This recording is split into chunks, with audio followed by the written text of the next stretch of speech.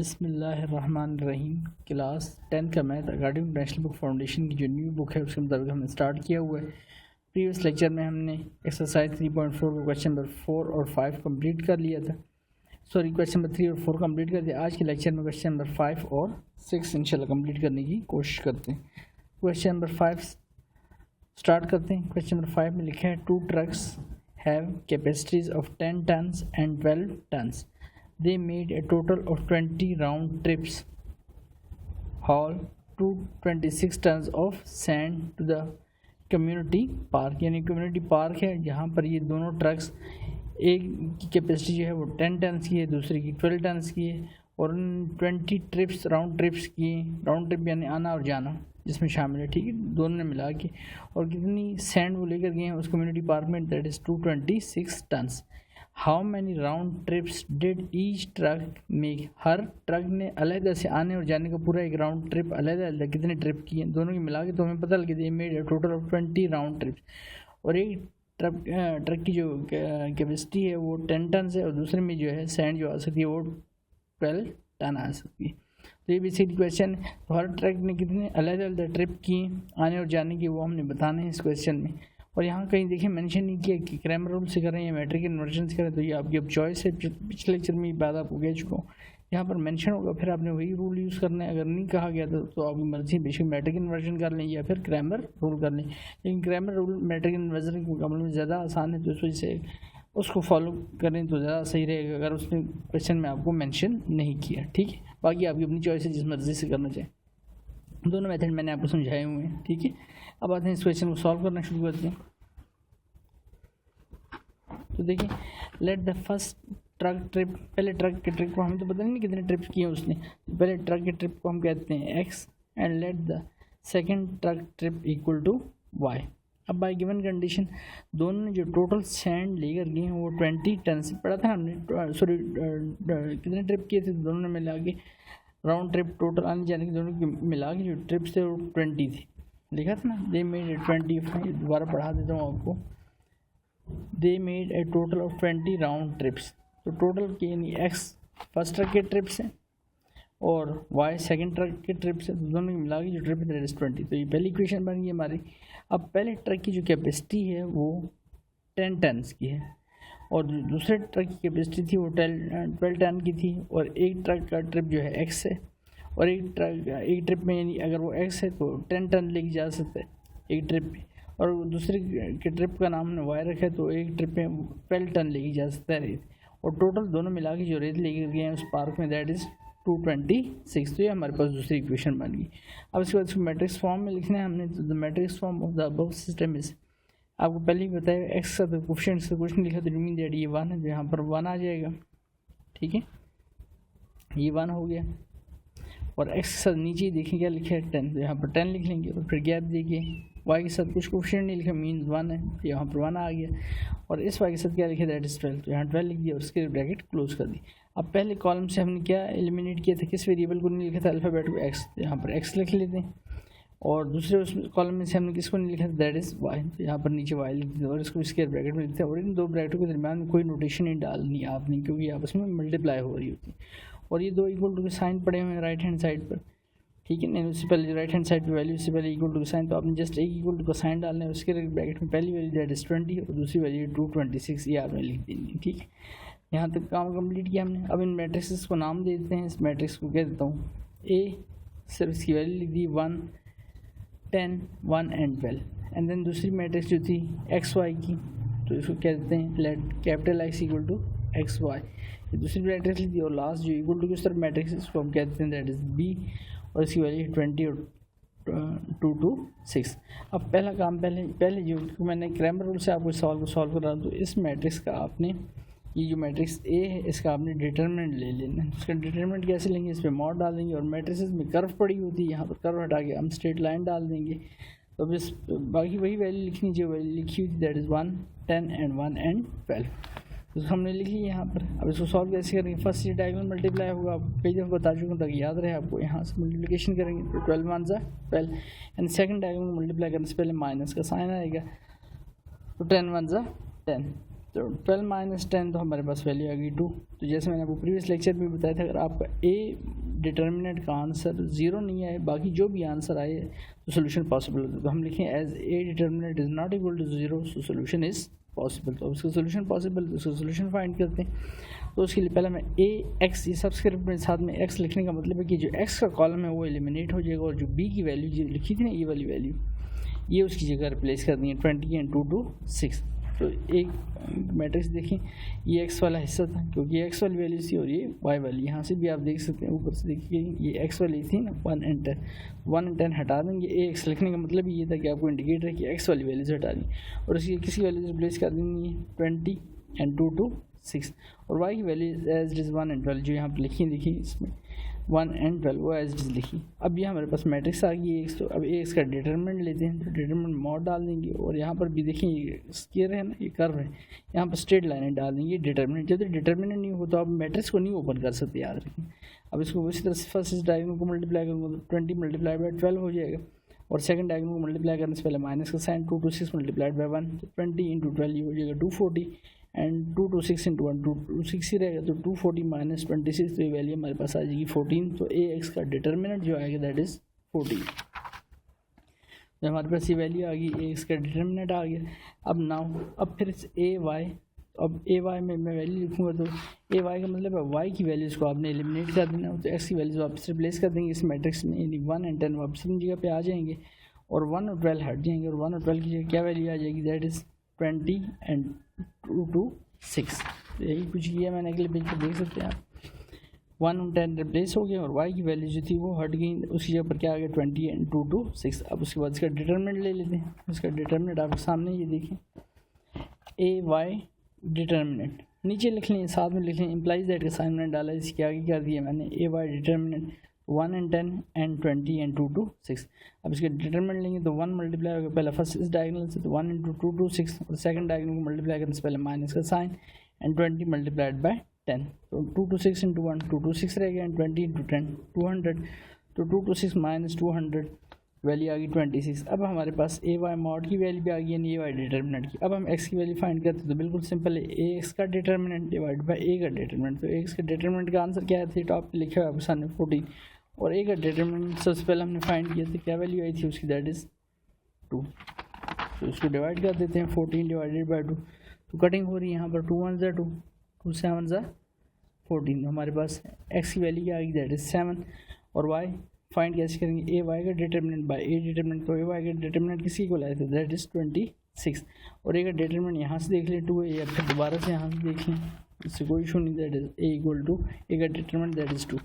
तो 26 को डिवाइड कर देंगे 2 से, यहाँ भी कटिंग हो रही है, तो 2 1 ज़ा 2, 2 3 ज़ा 6, तो 13। तो वाई की वैल्यू क्या आ गई 13। इसका मतलब जो फर्स्ट ट्रक ने ट्रिप किए हैं उसके ट्रिप बनते हैं दैट इज़ 7, और जो सेकंड ट्रक है उसके जो ट्रिप बनते हैं that is Y equal to 13, और 13 + 7 मिला के कर तो देखिए 13 + 7 ये हमारा क्वेश्चन था, तो 13 + 7 कितने ट्रिप्स हो जाते हैं मिला के 20। इसका मतलब ये चेक भी हो गया कि हमने क्वेश्चन जो फाइंड किया है सॉल्व किया वो बिल्कुल ठीक है। उम्मीद है ये क्वेश्चन आपको अच्छे से समझ आया होगा। नेक्स्ट क्वेश्चन पे आते हैं, क्वेश्चन नंबर 6 पे। पहले मैं क्वेश्चन नंबर 6 स्टेटमेंट पढ़ देता हूँ, फिर क्वेश्चन आपको सॉल्व किया हुआ मैंने, फिर आपको एक्सप्लेन करता हूँ उसको। क्वेश्चन नंबर 6 में लिखा है टू मेक 20 kg यानी 20 किलोग्राम ऑफ एल्यूमिनियम एलॉय। अगर 20 kg एल्यूमिनियम एलॉय बनाना हो, मेक मीन बनाना एलॉय विद 70% एल्यूमिनियम, एल्यूमिनियम का एलॉय बनाना हो किससे 70% एल्यूमिनियम से, कितने kg 20 kg। A metallurgist wants to use 2 metals. एक मेटलर्जिस्ट है जो इस एलॉय को प्रिपेयर करना चाहता है 20 kg को विद किससे ऑफ एल्यूमिनियम विद 70% एल्यूमिनियम से। तो मेटलर्जिस्ट जो है 2 तरह के मेटल यूज़ कर रहे हैं, want to use metal with, एक मेटल में एल्यूमिनियम जो है विद 55% एंड 80% एल्यूमिनियम कंटेंट। उन 2 मेटल्स में जो एल्यूमिनियम का कंटेंट है वो 55% है और साथ में 80% है, ठीक है। इस तरह के उसको यूज़ करना चाहते हैं 2 मेटल्स को content. How much of each metal should B he use. तो अगर उसने 20 kg एलॉय बनाना है एल्यूमिनियम का, ठीक है, और to make 20 kg of aluminium alloy, तो उसके लिए कितने उसको how much of each metal should be use, हर मेटल को उसको किस मिकदार में यूज़ करना चाहिए। तो हर मेटल की हमने अलग अलग से मिकदार बतानी, how much of each metal should be use, हर मेटल जो है यानी फर्स्ट और सेकंड मेटल जो है वो कितनी मिकदार में यूज़ किया जाए, जिससे उस मेटल जिसके पास 20 kg ऑफ एल्यूमिनियम एलॉय आ जाए विद 70%, जिसमें क्या शामिल हो, एल्यूमिनियम शामिल हो। ठीक हो गया, ये हमारा क्वेश्चन है। और यहाँ पर भी देखें कोई मेंशन नहीं किया कि हमने किस रूल से करना है, मैट्रिक कन्वर्जन से या ग्रामर से, तो आपकी मर्ज़ी जिस मर्ज़ी से कर लें। और मैंने इस क्वेश्चन को भी ग्रामर से करके दिया है, ठीक है, ताकि आपको आसानी रहे। और metric conversion question previous lecture में आप देख सकते हो, उसमें मैंने कराए हुए, उससे भी आप अगर करना चाहें तो कोई इशू नहीं है, पहले भी आपको बता चुका हूँ इस बात में। तो लेट द फर्स्ट मेटल, चूँकि दो मेटल का यहाँ पर जिक्र हो रहा है, तो पहले मेटल को मैं कहता हूँ let the first metal equal to X के and let the second metal equal to Y के। अब बाय गिवन कंडीशन उस मेटल जिसने कितने केजी एल्यूमिनियम प्रिपेयर करना है, मेक करना है 20 kg, ये लिखा था। तो इसका मतलब पहला जो मेटल है प्लस दूसरा जो मेटल है, दोनों को टोटल मिला के उनसे जो कंटेंट उसको आना चाहिए उसके पास कितना आ जाए, दैट इज 20 kg। तो X plus Y equal to 20, ये लिखा था ना, दोबारा से पढ़ रहा हूँ इसे, क्योंकि बेसिकली क्वेश्चन बनाना ही असल काम है, बाकी ग्रामर रूल लगाने हैं, मैट्रिक कन्वर्जन करना हो तो सारे कर लेंगे। To make 20 kg of aluminium alloy with 70% aluminium, a metallurgist want to use two metals with 55% and 80% aluminium, यानी दो मेटल ऐसे इस्तेमाल कर रहे हैं जिसमें एक में एल्यूमिनियम का कंटेंट 55% है और दूसरे में 80% है। तो फर्स्ट को हमने कह दिया x और दूसरे को हमने कह दिया y। तो x प्लस वाई से जो उसको एल्यूमिनियम बनाना है, मेक करना है, वो कितना कीजिए 20 kg। तो x प्लस वाई इस वजह से मैंने लिखा 20। तो ये पहली इक्वेशन आ गई, ठीक है। अब दूसरी इक्वेशन, ये तो हो गया फर्स्ट मेटल। तो फर्स्ट मेटल में कंटेंट कितना था एल्यूमिनियम का 55, और ये परसेंटेज के साइन साथ में डालें, प्लस दूसरे मेटल में एल्यूमिनियम कंटेंट कितना है 80%। और उसने हमें बताया हुआ है कि जो 20 kg एल्यूमिनियम है उसमें एल्यूमिनियम कंटेंट कितना होगा 70% लिखा था ना साथ में, ये जो 70% लिखा था शुरू में, क्योंकि अभी तक वो यूज़ नहीं होता था, इसके मतलब में बात नहीं कर रहा था। Make 20 kg of aluminium alloy with 70% aluminium, यानी जो 20 kg एल्यूमिनियम होगा उसमें सारा एल्यूमिनियम नहीं होगा, और उस अलॉय में और कुछ भी होगा, लेकिन 70% उसमें क्या होगा, एल्यूमिनियम होगा, ठीक है। तो 70% किसका, मल्टीप्लाइड बाय 20 से मल्टीप्लाई कर देंगे तो हमारे पास उसका कंटेंट आ जाएगा एल्यूमिनियम का। तो अभी 55 लिखे, तो 55% को हटाने के लिए मैंने 55/100 लिख दिया, साथ में x प्लस 80, यहाँ पर भी सेम ये टेक्निक की 80/100 कर दिए, परसेंटेज के साइन हटाने के लिए, साथ में मल्टीप्लाई हो रहा है y से, और यहाँ पर 70 मल्टीप्लाइड बाय 100 कर दिए, मल्टीप्लाई बाय 20 तो हो रहा था क्योंकि 70% था, और कितने परसेंट एल्यूमिनियम उसमें बनाना था, कितने kg एल्यूमिनियम था, उसके बाद 20 kg, ठीक है। उसमें जो एल्यूमिनियम का कंटेंट था वो कितना था 70%। अब इसको अगर हम कैलकुलेटर से डिवाइड करें तो 55/100 करें तो वैल्यू आपके पास आ जाएगी 0.55, ठीक है। एंड 80/100 करें तो वैल्यू हो जाती है 0.80। और यहाँ पर देखें तो यहाँ पर आपकी वैल्यू 21 से 20, 25 से 100 और 5 1 से 5, तो 2 कैरी हो गए, 5 4 से 20, तो ये 14 आ गया। तो हमारे पास जो इक्वेशन बनती है वो 0.55x plus 0.80y equal to 14, ये हमारी दूसरी इक्वेशन बन गई। अब जब दो इक्वेशन बन गई तो आगे ग्रामर रूल, मैट्रिक कन्वर्जन, वो कोई मसले वाली बात रही नहीं की, ठीक है। अब उसके बाद आते हैं the matrix form of the above system. तो matrix form of the above system कैसे बन गई, यहाँ पर x के साथ कुछ नहीं आ रहा, मीन 1, और यहाँ पर क्या आ रहा है 0.55, तो पहली वैल्यू हो जाएगी 1 एंड 0.55 उसके नीचे, और दूसरी तरफ क्या होगा 1 एंड 0.80, ये हमारी पहली मैट्रिक्स बनेगी। देखिए 1 एंड 0.55 एंड 1 एंड 0.80, और साथ में पहले उसमें से हमने क्या हटाया है x, तो ये मैंने x लिख दिया, और दूसरे कॉलम से हमने क्या हटाया था y अल्फ़ाबेट, और इन दोनों ब्रैकेट्स से मैंने कोई नोटेशन नहीं मिली, अब उसमें मल्टीप्लाई हो रही थी, और इक्वल टू का साइन, दो साइन थे तो एक साइन डालना है, और वैल्यू क्या लिखी थी पहली इक्वेशन में, पहली इक्वेशन की राइट पे लिखा हुआ था 20, और इस इक्वेशन की राइट पर भी हमने देखा क्या बना, यहाँ पर लिखा हुआ दैट इज़ 14, तो 20 एंड 14 यहाँ पर हम लिख देंगे। अब उसके बाद इनको नाम देते हैं, तो इस मैट्रिक्स को नाम देते हैं that is A1 0.55 and 1 and 0.80, let x equal to, ये वाली matrix x and y, and let b equal to 20 and 14। अब सबसे ज़्यादा काम इस मैट्रिक्स का और b मैट्रिक्स का आपका होगा, तो ए मैट्रिक्स का सबसे पहले डिटरमिनेंट लेते हैं, डिटरमिनेंट मीन इसमें मॉड डाल देंगे, यहाँ पर स्ट्रेट लाइनें डाल देंगे। ये मैट्रिक्स से मैट्रिक्स कभी भी नहीं ओपन करते वरना नंबर कट जाएंगे, पहले डिटरमिनेंट लेना है इसका। तो अब इधर से इसको मल्टीप्लाई करो तो 1 इंटू 0.80 तो 1 0.80 रहेगा, एंड 0.55 इंटू 1 मल्टीप्लाई करो तो पहले माइनस का साइन आएगा तो 0.55। अब 0.80 में से 0.55 माइनस कर दें तो ए मॉड का आंसर हमारे पास मीन ए डिटरमिनेंट का जो आंसर आ रहा है दैट इज 0.25। अब चूँकि इसका आंसर 0 तो नहीं आया तो हम लिखेंगे as a determinant is not equal to 0 solution is possible. अगर ये 0 आ जाए तो बेशक आप मैट्रिक इन्वर्जन कर रहे हो या ग्रामर कर रहे हो तो सोल्यूशन पॉसिबल नहीं रहता, ये याद रखें हमेशा इस बात। नाउ ए के साथ सबस्क्रिप्ट में एक्स लिखा तो ए की मैट्रिक्स तो ये लिखी हुई सामने, तो इसका मतलब ए एक्स लिखने का मतलब ये कि एक्स इंडिकेट करने का मतलब कि एक्स की वैल्यू हम हटा देंगे तो 1 एंड 0.55 हटा देंगे। इस जगह पर क्या आ जाएगा, यहाँ पर जो बी की वैल्यू लिखी थी, बी की वैल्यू क्या लिखी थी 20 एंड 14, यहाँ पर 20 एंड 14 रिप्लेस होकर वाई की वैल्यू एज इट इज़ लिखी रहेगी दैट इज़ 1 एंड 0.80। अब मैं इसको मल्टीप्लाई करने से पहले इसका डिटरमिनेंट लेता हूँ, ए एक्स का डिटरमिनेंट यहाँ पे मॉड आ गया 20 and 14 as it is and 1 0.80। अब 20 मल्टीप्लाई होगा 0.80 से और सेकंड डायगोनल मल्टीप्लाई करने से पहले माइनस का साइन, 14 मल्टीप्लाई होगा 1 से, 20 मल्टीप्लाइड बाई 0.80 तो 16 आ गया एंड 14 वन ज़ा 14 तो 16 माइनस 14 की वैल्यू 2 आ गई। तो एक्स का डिटरमिनेंट जो हमारे पास है दैट इज़ 2। अब नाउ इसी तरह से ए वाई पहले बना लेते हैं मैट्रिक्स, तो ए वाई इंडिकेट करने का मतलब वाई की वैल्यू एलिमिनेट करेंगे और उसकी जगह बी की वैल्यू रिप्लेस करेंगे और एक्स की वैल्यू जो आप अपनी जगह पर लिख लेंगे। तो ये मैट्रिक्स लिखी है हमारे पास ए, तो एक्स की वैल्यूज़ क्या थी, एक्स की वैल्यू थी 1 एंड 0.55 तो वो वापस रिप्लेस कर दी एज इट इज़ लिख दी। और अभी वाई की वैल्यूज़ क्या थी 1 एंड 0.80, इनको हटा देंगे यहाँ से और इसकी बी की वैल्यू लिख देंगे दैट इज़ 20 एंड 14। लिखनी दोनों दफ़ा बी की वैल्यू, एक्स की वैल्यू जब भी हटाएंगे तब भी बी की वैल्यूज़ लिखनी है और जब वाई की वैल्यूज़ हटाएंगे कॉलम को हटाएंगे तब भी उसकी एक्स की वैल्यू लिखनी है, बी की वैल्यूज़ लिखनी है, तो 20 एंड 14। अब इसका डिटरमिनेंट ले लेते हैं, तो देखिए ए वाई का डिटरमिनेंट तो मॉड डाल दिया हमने यहाँ पर 1 एंड 0.55 एंड 20 एंड 14, तो 1 मल्टीप्लाइड बाई 14 और सेकंड डायगोनल मल्टीप्लाई करने से पहले माइनस का साइन, तो 20 मल्टीप्लाइड बाई 0.55 तो 14 वन ज़ा 14 और 20 मल्टीप्लाइड बाई 0.55। नेक्स्ट पेज पे तो वैल्यू हो गया आपके पास 11, 0.55 को जब मल्टीप्लाई किया तो ये वैल्यू बन गया हमारे पास 11, तो 14 माइनस 11 दिस इज़ 3, तो ए एक्स का मॉड आ गया हमारे पास, सॉरी ए वाई का मॉड डिटरमिनेंट आ गया हमारे पास दैट इज़ 3। अब एक्स की वैल्यू फाइंड करनी तो ए एक्स का डिटरमिनेंट बाई ए का डिटरमिनेंट, तो ए एक्स का डिटरमिनेंट हमने फाइंड किया हुआ है, अभी थोड़ी देर पहले क्या वैल्यू आई थी आप सामने 2, और ए का डिटरमिनेंट फाइंड किया हुआ है हमने, तो ए डिटरमिनेंट की वैल्यू क्या थी हमारे पास दैट 0.25, 2 डिवाइड बाई 0.25, तो देखिए ये लिखा मैंने 2 डिवाइड बाई 0.25।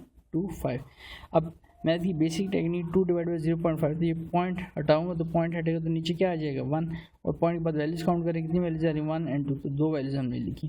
तो अब इसको अगर मैं नीट करके लिखूँ तो 2 है, तो इस 2 के नीचे कुछ नहीं लिखा हो, तो मैं आपको समझने के लिए याद रखें ये तो न्यूमिनेटर, क्योंकि इसका पॉइंट हटाएं तो इसके नीचे डिनोमिनेटर है, इसके नीचे डिनोमिनेटर नहीं तो इसके नीचे मैं क्या लिख देता हूँ 1 लिख देता हूँ, तो ये हो गया 2/1। और ये वाली वैल्यू क्योंकि ये वाली पहली फ्रैक्शन है तो ये वाली फर्स्ट फ्रैक्शन तो एज इट इज़ रहेगी, ये वाली छोटी क्लास में आपने काम पढ़ा होगा, ये वाली फ्रैक्शन जो है जब पलटी जाएगी तो इसका डिवाइड का साइन जो कि इसमें कन्वर्ट हो जाएगा मल्टीप्लिकेशन के साइन में, और 100 ऊपर चलेगा और 25 नीचे आ गया। अब उसके बाद 25 1 25 25 4 द 100 एंड 4 2 द 8, 8/1 लिखने की जरूरत नहीं, जस्ट हमारा आंसर क्या आ गया 8। अब y पे आते तो ए वाई का determinant divide by A determinant, तो ए वाई की वैल्यू क्या आई थी, ए वाई डिटरमिनेंट की वैल्यू सामने लिखी हुई है आपकी, क्या वैल्यू लिखी दैट इज़ 3, और ए का डिटरमिनेंट यहाँ से भी देख लें बेशक, ठीक है 0.25, यहाँ से आप दोबारा से देख लें क्या वैल्यू आई थी डिटरमिनेंट की दैट इज़ 0.25। तो ए वाई का डिटरमिनेंट है that is 3 and by A determinant that is 0.25। फिर वही काम करेंगे यहाँ पर भी 3 और इस वैल्यू में थोड़ा ऊपर लिख देता हूँ, नज़र आया आपको 0.25, इसका पॉइंट हटेगा, फिर से पॉइंट हटा तो नीचे 1 आ गया, और पॉइंट के बाद वैल्यूज़ काउंट करें तो 2 वैल्यूज 1 एंड 2, तो 2 0 डाल दी। अब नेक्स्ट स्टेप पर इस 3 के नीचे मैं 1 लिख देता हूँ, तो 3/1 एज इट इज़ रहेगा और 100 ऊपर चला जाएगा फिर से आपका, और नीचे वैल्यू रह जाएगी दैट इज़ 25, तो 25 1 25 25 4 100 एंड 4 3 12, 12/1 लिखने की जरूरत नहीं, डिनोमिनेटर में जब 1 आ जाए तो उसको हम नहीं लिखते, तो जस्ट वैल्यू आ गई 12 की, किसकी वैल्यू आ गई वाई की वैल्यू आ गई। सो द फर्स्ट मेटल जो उसने यूज़ करना है 20 kg एलॉय बनाने के लिए एल्यूमिनियम का, तो फर्स्ट मेटल को हमने क्या कहा था एक्स का होता है, तो फर्स्ट मेटल एक्स की वैल्यू क्या आई थी 8 और के जी क्यों लिख रहे हैं क्योंकि 20 kg एलॉय मेक करना था, बनाना था उसने। तो x equal to 8 kg and the second metal जो उसको यूज़ करना पड़ेगा मिकदार में वो दैट इज़ 12 kg। और अब दोनों को कंबाइन करें तो 12 + 8 कितने kg हो जाएगा, दैट इज़ 20 kg। और ये हमने फर्स्ट इक्वेशन में लिखा था x + y इक्वल टू 20। तो इस तरह से हमारे क्वेश्चन भी कंप्लीट होते हैं। उम्मीद है सारा क्वेश्चन आपको अच्छे समझ आया होगा। और फिर भी कुछ चीज़ क्लियर ना हुई तो आप कमेंट करके पूछ सकते हैं। और अगर वीडियो अच्छी लगी हो तो चैनल को सब्सक्राइब करें, बेल आइकन को प्रेस करें ताकि आने वाली वीडियोज़ की नोटिफिकेशन आप लोगों को बर वक्त मिल सके। और मैं जो कि और फर्स्ट या सेकेंड की वीडियो भी बनाता हूँ तो बाज़ को देर हो जाती है वीडियो बनाने में, लेकिन आप देख लिया करें। अगर आप किसी चैप्टर की वीडियो जल्दी चाहिए तो आप कमेंट करके उसके मतलब बता दिया करें। शुक्रिया।